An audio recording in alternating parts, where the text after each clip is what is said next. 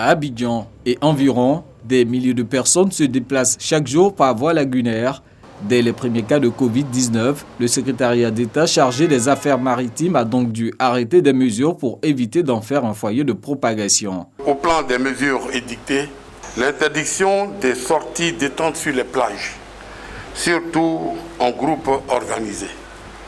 Le respect de la distanciation sociale 1 mètre, aussi bien dans les gares lagunaires qu'à l'intérieur des embarcations. La limitation à 50 du nombre de passagers sur les embarcations. Outre ces mesures qui concernent le grand public, des dispositions ont aussi été prises pour soutenir les entreprises du secteur maritime. Il s'agit de la suspension en deux jusqu'en juillet 2020 du paiement des pénalités journalières du retard relatif aux droits de trafic maritime.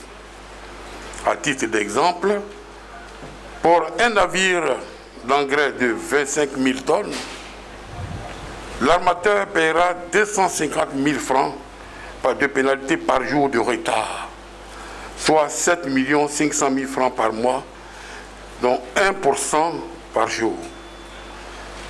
La suspension pour 3 mois du paiement de certains droits et taxes, notamment les taxes de renouvellement d'agrément, les taxes relatives au visa annuel des agréments, les taxes de visite de sécurité des navires. Ces mesures auront pour effet de soulager la trésorerie des exploitants de navires et maintenir leurs activités. Pour le suivi et l'application effective de toutes les mesures prises, Philippe Légré assure que les 8 arrondissements de la police maritime ont bénéficié d'engins roulants. Concernant la progression de la maladie, a-t-on atteint le pic annoncé pour la mi-avril?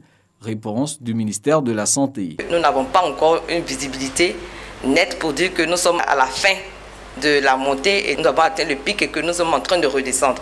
Donc la vigilance demeure et l'appropriation des mesures barrières que nous recommandons sont toujours d'actualité. Les forces de sécurité, elles, font déjà preuve de vigilance. Ce mercredi, 14 individus ont été interpellés sur l'axe Wongolo-Lalé-Rabat pour flagrant délit de contournement de la frontière nord, reliant la Côte d'Ivoire au Burkina Faso.